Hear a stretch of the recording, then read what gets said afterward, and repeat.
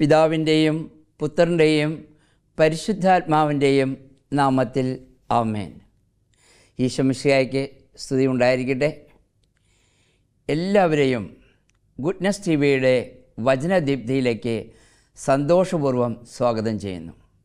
ഈശോയിൽ എത്രയും സ്നേഹം നിറഞ്ഞ എൻ്റെ സഹോദരി സഹോദരന്മാരെ, മാതാപിതാക്കളെ, സ്നേഹമുള്ള കുട്ടികളെ, ഇന്ന് വചനത്തിലേക്ക് കടക്കുമ്പോൾ എനിക്ക് പരിശുദ്ധാത്മാവ് പ്രേരിപ്പിക്കുന്ന ഒരു തിരുവചനം ഇതാണ്.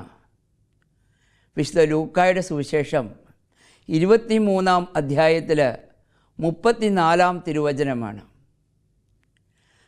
പിതാവേ, അവരറിയാതെ ചെയ്തതാണ്, അവരോട് ക്ഷമിക്കണമേ. യേശുക്രിസ്തു കുരിശിൽ കിടക്കുമ്പോൾ, വേദനയാൽ പുളയുമ്പോൾ, കാരിരുമ്പാണികൾ കയ്യിലും കാലിലും അടിച്ചു കയറ്റുമ്പോൾ സഹിക്കാൻ വയ്യാതെ യേശു കുരിശിൽ നിന്ന് യേശു പറയുന്ന ആദ്യത്തെ മൊഴിയാണ്, ആദ്യത്തെ വാക്കാണ്, പിതാവേ, അവരോട് ക്ഷമിക്കണമേ, അവർ ചെയ്യുന്നത് എന്തെന്ന് അവർക്ക് അറിയുന്നില്ല. സ്നേഹമുള്ളവരെ, യേശുവിൻ്റെ പുതിയ പ്രമാണം ഇപ്രകാരമാണെന്ന് നമുക്കറിയാം. ഞാൻ നിങ്ങളെ സ്നേഹിച്ചതുപോലെ നിങ്ങളും പരസ്പരം സ്നേഹിക്കുവിൻ. എന്നാൽ ഇവിടെ നടക്കുന്നതെല്ലാം യേശുക്രിസ്തു നന്മയുള്ളത് പ്രവർത്തിക്കുകയും നന്മയുള്ളത് സംസാരിക്കുകയും ജീവൻ്റെ വചനം സംസാരിക്കുകയും എല്ലാം ചെയ്ത് മക്കളെയെല്ലാം ദൈവരാജ്യത്തിലേക്ക് കൊണ്ടുപോകുന്ന സുവിശേഷത്തിലാകുമ്പോൾ നമ്മൾ തിരിച്ചറിയുന്നത് യേശുവിന് ശത്രുക്കളുണ്ടാകുന്നു. ശത്രുക്കൾ യേശുവിനെ കൊല ചെയ്യുവാൻ ആഗ്രഹിക്കുന്നു. അങ്ങനെ അവർ പലവിധ നുണകൾ മെനഞ്ഞുണ്ടാക്കുന്നു. അങ്ങനെ യേശുവിനെ അവർ ട്രാപ്പിലാക്കുന്നു. യേശുവിൻ്റെ ശിഷ്യന്മാരിൽ ഒരു പ്രധാന ശിഷ്യൻ തന്നെ അതിന് കൂട്ടുനിൽക്കുന്നു. പിന്നീട് നമുക്കറിയാവുന്ന കാര്യങ്ങളാണ്. യേശുവിനെ അവർ എത്രത്തോളം മർദ്ദിക്കുന്നു, പരിഹസിക്കുന്നു, കാർക്കിച്ചു തുപ്പുന്നു. എത്ര വേദനകൾ സഹിച്ചിട്ടാണ് യേശു ആ കാൽവരിയുടെ മലയിൽ യേശു എത്തുന്നത്. അവിടെ ചെല്ലുമ്പോൾ നമുക്കറിയാം, അത്രയും ഭീകരമായ രീതിയിലാണ് ഈശോയുടെ കുരിശുമരണം നടക്കുന്നത്. ആ വേദനകൾ സഹിച്ചുകൊണ്ട്, ആ പിടഞ്ഞുകൊണ്ട് യേശു ഉരുവിടുന്നതാണ്, പിതാവേ, അവർ അറിയാതെ ചെയ്തതാ, അവരോട് ക്ഷമിക്കണമേ. നമുക്കറിയാമല്ലോ, വിശുദ്ധ മത്തായിയുടെ സുവിശേഷം 5-ാം അധ്യായത്തിൽ 43 മുതൽ 45 വരെയുള്ള തിരുവചനങ്ങളിൽ ഗിരിപ്രഭാഷണത്തിൽ മറ്റൊരു മലയിൽ വെച്ച് യേശു എല്ലാവരെയും പഠിപ്പിച്ചു ഇപ്രകാരം: ശത്രുക്കളെ സ്നേഹിക്കുവിൻ, നിങ്ങളെ പീഡിപ്പിക്കുന്നവർക്ക് വേണ്ടി പ്രാർത്ഥിക്കുവിൻ, അപ്പോൾ നിങ്ങൾ സ്വർഗീയ പിതാവിൻ്റെ മക്കളായിത്തീരും. ഇവിടെ യേശു പറഞ്ഞ ആ വചനം, ആ സന്ദേശം തൻ്റെ ജീവിതത്തിൽ യേശു പകർത്തുകയാണ്. യേശു മറ്റുള്ളവരോട്, തന്നെ ദ്രോഹിച്ചിട്ടുള്ളവരോട്, പരിഹസിച്ചിട്ടുള്ളവരോടൊക്കെ ക്ഷമിക്കുകയാണ്. നമുക്ക് തോന്നാം, അവരറിയാതെ എങ്ങനെയാണ് ചെയ്യുന്നത്? അവരൊക്കെ വലിയ വലിയ ശാസ്ത്രിമാരാണല്ലോ, ഫരിസേയരാണല്ലോ, മതപണ്ഡിതന്മാരാണല്ലോ, റോമൻ ഗവൺമെൻറ്റിലെ ഉന്നത ഉദ്യോഗസ്ഥന്മാരാണല്ലോ, പിന്നെ എങ്ങനെയാണ് അവരറിയാതെ ചെയ്യുന്നത്? സ്നേഹമുള്ളവരെ, ഈ ലോകത്തിൻ്റെ അധിപൻ അവരുടെ കണ്ണുകളെ അന്ധമാക്കിയിരിക്കുന്നു എന്നുള്ളതാണ് സത്യം. അവർ ജ്ഞാനികളെന്ന് ഭവിച്ചുകൊണ്ട് അവർ ഭോഷന്മാരായി തീർന്നു എന്ന വചനമാണ് ഇവിടെ നമ്മൾ അനുസ്മരിക്കേണ്ടത്. അവരുടെ കണ്ണുകൾ പിശാച് അന്ധമാക്കി. അവരതുകൊണ്ട് പ്രകാശത്തെ കാണുന്നില്ല, ഇരുട്ടിനെയാണ് കാണുന്നത്, ഇരുട്ടിൻ്റെ വചനത്തെയാണ് കാണുന്നത്. അതുകൊണ്ടാണ് സ്നേഹമുള്ളവരെ ഈശോ പറയുന്നത്, അവരറിയുന്നില്ല, ഞാൻ ആരാണെന്ന് അവരറിയുന്നില്ല. അതിനാൽ അവരറിയാതെയാണ് ചെയ്യുന്നത്. പിതാവേ അവരോട് ക്ഷമിക്കണമേ എന്ന്. സ്നേഹമുള്ളവരെ, ആ കുരിശിന് അഭിമുഖമായി നിന്നിരുന്ന ശതാധിപൻ, ഈ ക്രൂരമർദ്ദനങ്ങൾക്കെല്ലാം നേതൃത്വം കൊടുത്തിരുന്ന ശതാധിപൻ, ആ ശതാധിപൻ തൊട്ടടുത്ത് തന്നെ നിൽക്കുകയാണ്, കുരിശിന് അഭിമുഖമായിട്ട് നിൽക്കുകയാണ്. ആ ശതാധിപൻ അവിടെ കേൾക്കുന്ന വചനം ഇതാണ്. അവൻ പറയുന്നത്, അതെ, അവരറിയാതെ ചെയ്തതാണ്, അവർക്ക് മാപ്പ് കൊടുക്കണമേ പിതാവേ എന്നാണ്. ഈ വചനം ആ ശതാധിപൻ കേട്ടപ്പോൾ അവൻ മാനസാന്തരപ്പെടുകയാണ്. അവൻ അവിടെ തന്നെ മുട്ടുകുത്തി. വിശുദ്ധ മർക്കോസിൻ്റെ സുവിശേഷത്തിലെ 15-ാം അധ്യായത്തിൽ 19-ാം തിരുവചനം ഇപ്രകാരമായിരുന്നു. അവൻ പറയുകയാണ്, സത്യമായും ഇവൻ ദൈവപുത്രനായിരുന്നു എന്ന് പറഞ്ഞുകൊണ്ട് അവൻ താഴേക്ക് കുമ്പിടുകയാണ്, യേശുവിനെ ആരാധിക്കുകയാണ്, അവന് മാനസാന്തരമുണ്ടാകുകയാണ്. സ്നേഹമുള്ളവരെ, അതെ, വേദനയുടെ സമയങ്ങളിൽ നമ്മൾ മറ്റുള്ളവരെ ദ്രോഹിക്കുമ്പോൾ നമുക്ക് അടക്കാൻ വയ്യാത്ത അമർഷവും പ്രതികാരവും ഒക്കെ അവരോട് തോന്നാം. എന്നാൽ യേശുവിനെ കണ്ടുകൊണ്ട്, യേശുവിൻ്റെ പ്രാർത്ഥന കണ്ടുകൊണ്ട്, യേശുവിൻ്റെ കുരിശ് കണ്ടുകൊണ്ട് നമ്മൾ അവരോട് ക്ഷമിക്കുമ്പോൾ തീർച്ചയായിട്ടും അവിടെയൊക്കെ അതെ അത്ഭുതം നടക്കുന്നു എന്നുള്ളതാണ് വാസ്തവം. അവിടെയൊക്കെ നമ്മൾ സ്വർഗീയ പിതാവിൻ്റെ മക്കളായി തീരുന്നു എന്നതാണ് സത്യം. സ്നേഹമുള്ളവരെ, എൻ്റെ ഓർമ്മയിൽ വരുന്ന ഒരു സംഭവമുണ്ട്. ഞാൻ മയിലാടുംതുറയിലെ തമിഴ്നാട്ടിലൊരു സ്ഥലമാണ്. അവിടെ ആയിരുന്നപ്പോൾ ഞാനിങ്ങനെ ബസ് സ്റ്റോപ്പിൽ കാത്തു നിൽക്കുകയാണ് ബസ്സിന് വേണ്ടി. അങ്ങനെ ഞാൻ കാത്തു നിൽക്കുമ്പോൾ ഒരാൾ ഒരു ട്രൈസൈക്കിള്, 3 വീലുള്ള ഒരു സൈക്കിളും ഇങ്ങനെ കയ്യിൽ ആ പെഡലും ചുറ്റിച്ചുകൊണ്ട് ഇങ്ങനെ വരികയാണ്. അദ്ദേഹത്തിൻ്റെ കാലിന് സ്വാധീനമില്ല. അപ്പോൾ അങ്ങനെ വന്നുകൊണ്ട് കുറച്ച് ഞാൻ അദ്ദേഹത്തെ ശ്രദ്ധിച്ച് നോക്കിയപ്പോൾ, അപ്പോൾ ഈ ബസ് സ്റ്റോപ്പിൻ്റെ ഓപ്പോസിറ്റ് ദേവാലയമുണ്ട്. ആ ദേവാലയത്തിൻ്റെ മുന്നിലേക്ക് ഈ ട്രൈസൈക്കിൾ മുന്നിലേക്ക് കൊണ്ടുവന്നിട്ട് അദ്ദേഹം ഒത്തിരി നേരം പ്രാർത്ഥിക്കുന്നത് കണ്ടു. അപ്പോൾ എനിക്ക് കൗതുകമായി. ഞാൻ അദ്ദേഹത്തിൻ്റെ അടുത്ത് ഞാൻ ചോദിച്ചു, നിങ്ങൾ കുറേ പ്രാർത്ഥിക്കുന്നുണ്ടല്ലോ, എന്താണ് നിങ്ങൾക്ക് തമ്പുരാൻ തന്ന അനുഗ്രഹം എന്താണ്?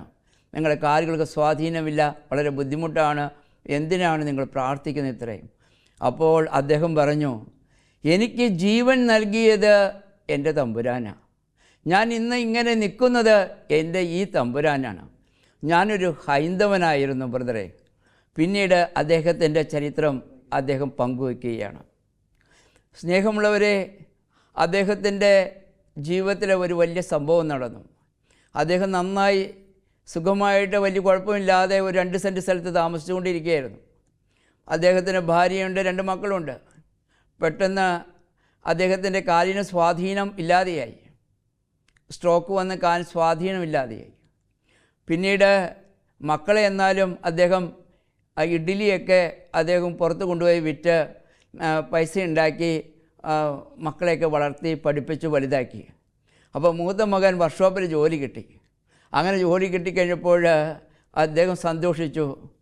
പിന്നീട് അവൻ്റെ കല്യാണം നടത്താമെന്ന് വിചാരിച്ചു.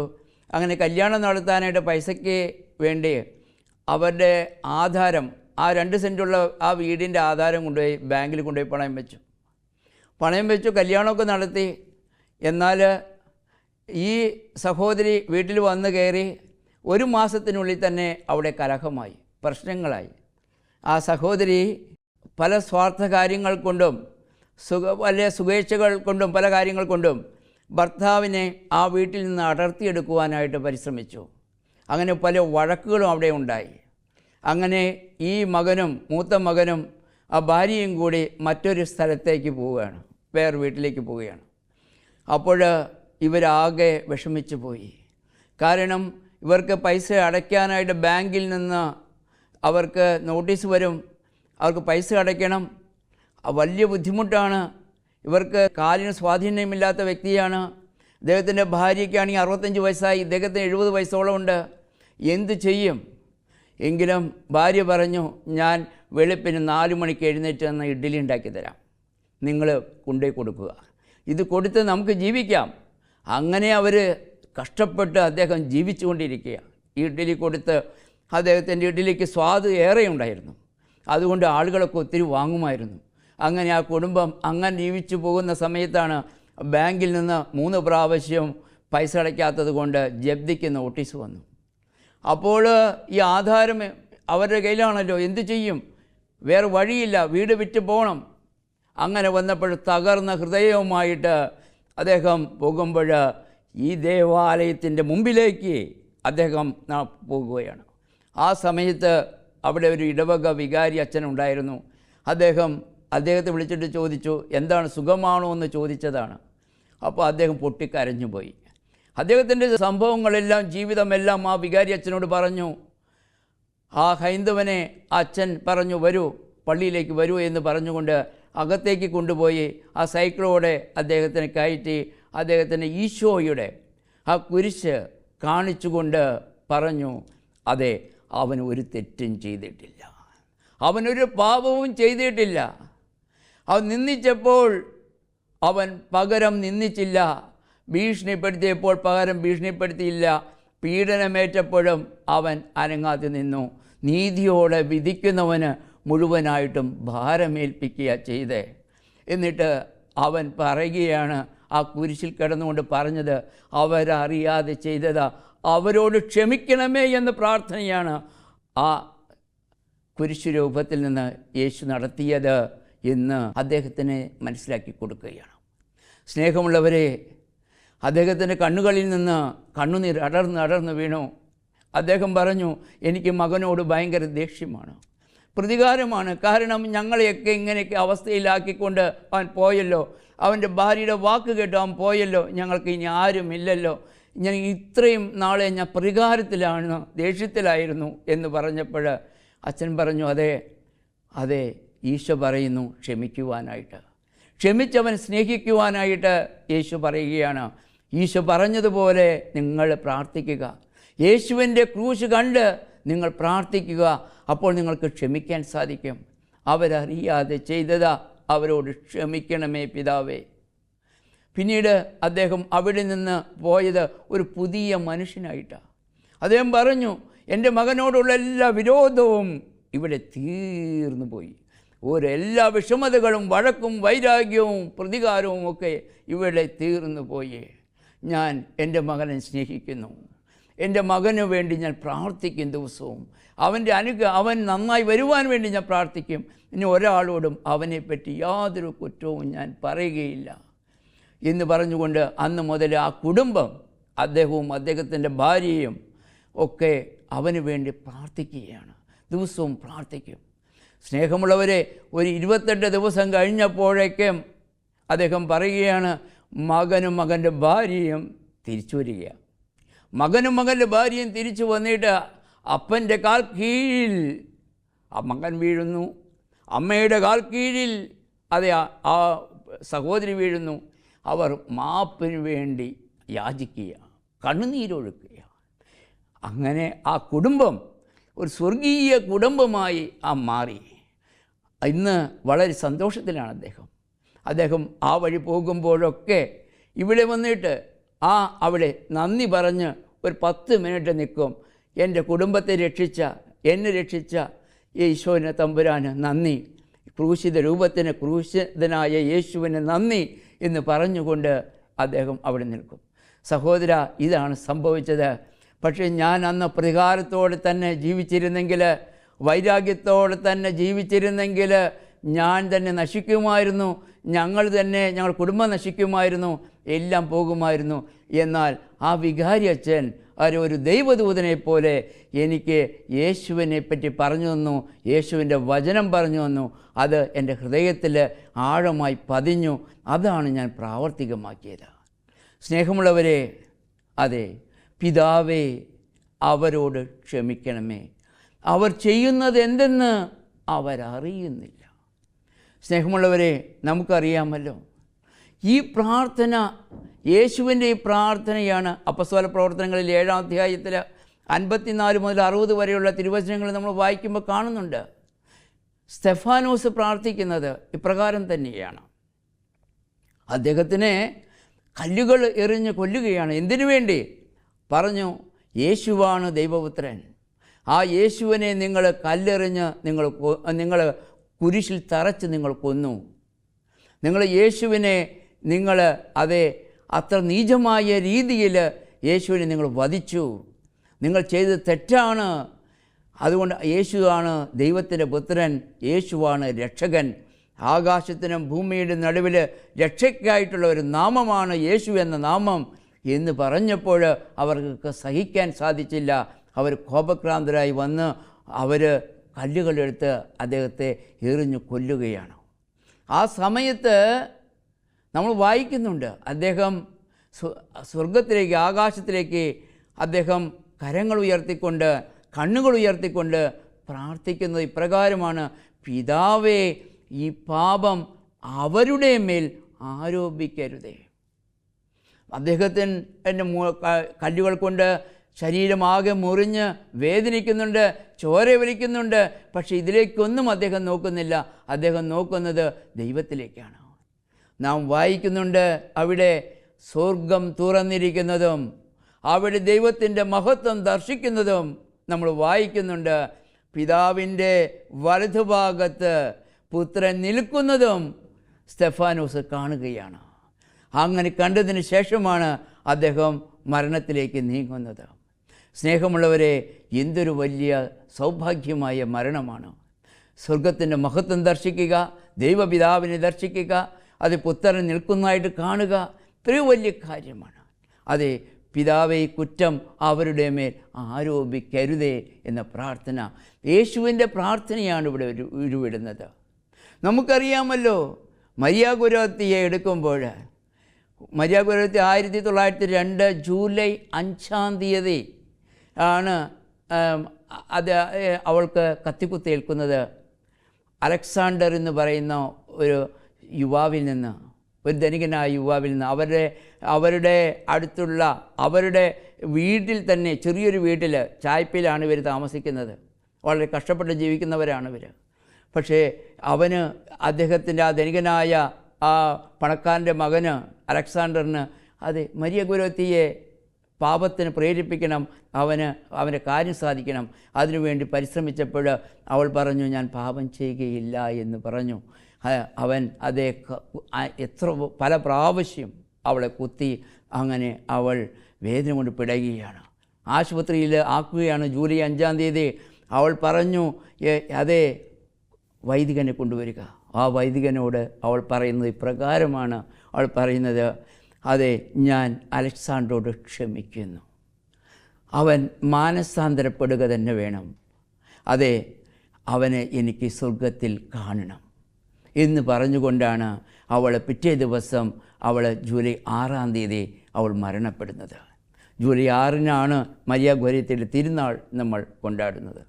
നമുക്കറിയാമല്ലോ, അതുപോലെ തന്നെ നമുക്കറിയാം, നമ്മുടെ ജോൺ പോൾ II മാർപ്പാപ്പ, അദ്ദേഹത്തെ ആ തുർക്കിയെ ഒരു ഭീകരൻ അദ്ദേഹത്തെ വെടിവെച്ചപ്പോൾ, അലി അഗുക്ക എന്ന് പറഞ്ഞ ഭീകരൻ വെടിവെച്ചപ്പോൾ 2 വെടിയുണ്ട ചെസ്റ്റിൽ കൊണ്ടു.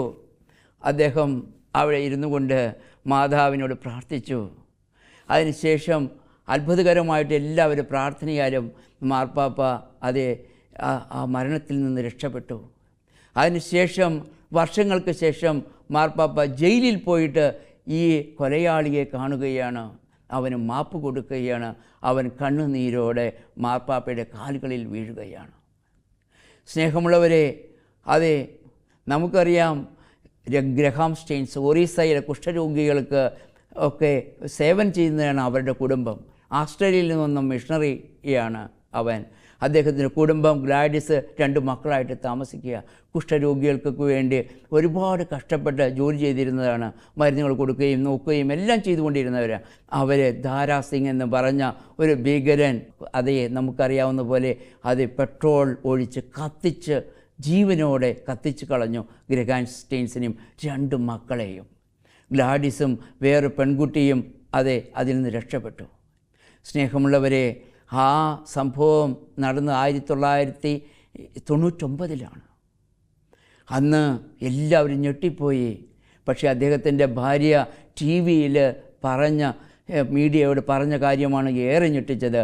ആ ഗ്ലാഡിസ് പറഞ്ഞു, ഞാൻ എൻ്റെ ഭർത്താവിനെയും 2 പിഞ്ചു കുട്ടികളെയും കൊന്ന ആ ഘാതകനോട് ഞാൻ ക്ഷമിക്കുന്നു. ദൈവത്തിൻ്റെ സ്നേഹം അവനിൽ സ്പർശിക്കട്ടെ എന്ന് പറഞ്ഞു. സ്നേഹമുള്ളവരെ, യേശുവിൻ്റെ കുരിശിലെ ആ സ്നേഹമാണ് ഇവരൊക്കെ പ്രകടിപ്പിക്കുന്നത്. സിസ്റ്റർ റാണി മരിയയുടെ ഘാതകൻ നമുക്കറിയാം, സമന്തർ സിംഗ്.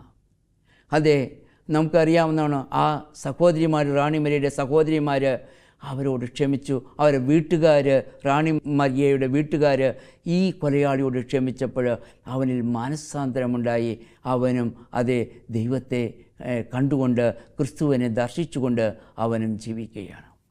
സ്നേഹമുള്ളവരെ, അത്ഭുതങ്ങൾ നടക്കുകയാണ്. അതെ, പിതാവേ, അവർ ചെയ്യുന്നത് എന്തെന്ന് അവരറിയുന്നില്ല, അവരോട് ക്ഷമിക്കണമേ. സ്നേഹമുള്ളവരെ, അതിനാൽ നമ്മുടെ ജീവിതത്തിൽ മറ്റുള്ളവർ നമ്മെ ദ്രോഹിക്കുമ്പോൾ, നമ്മെ വേദനിപ്പിക്കുമ്പോൾ, പീഡിപ്പിക്കുമ്പോൾ ഒക്കെ നമ്മൾ ക്ഷമിക്കുവാൻ, സഹിക്കുവാൻ, സ്നേഹിക്കുവാൻ നമ്മൾ പഠിക്കണമെന്നാണ് യേശു നമ്മോട് പറയുന്നത്. 1 പത്രോസ് 2:19 പറയുന്നുണ്ട്, അന്യായമായി പീഡകൾ സഹിക്കേണ്ടി വരുമ്പോൾ അത് നമ്മൾ ക്ഷമാപൂർവം സഹിച്ചാൽ അത് അനുഗ്രഹത്തിന് കാരണമാകും. അതെ, 1 പത്രോസ് 3:9 പറയുന്നുണ്ട്, തിന്മയ്ക്ക് പകരം തിന്മയോ നിന്ദനത്തിന് പകരം നിന്ദനമോ ചെയ്യാതെ അവരെ അനുഗ്രഹിക്കുവിൻ, അപ്പോൾ അനുഗ്രഹത്തിന് നമ്മൾ അവകാശികളായി നമ്മൾ മാറും.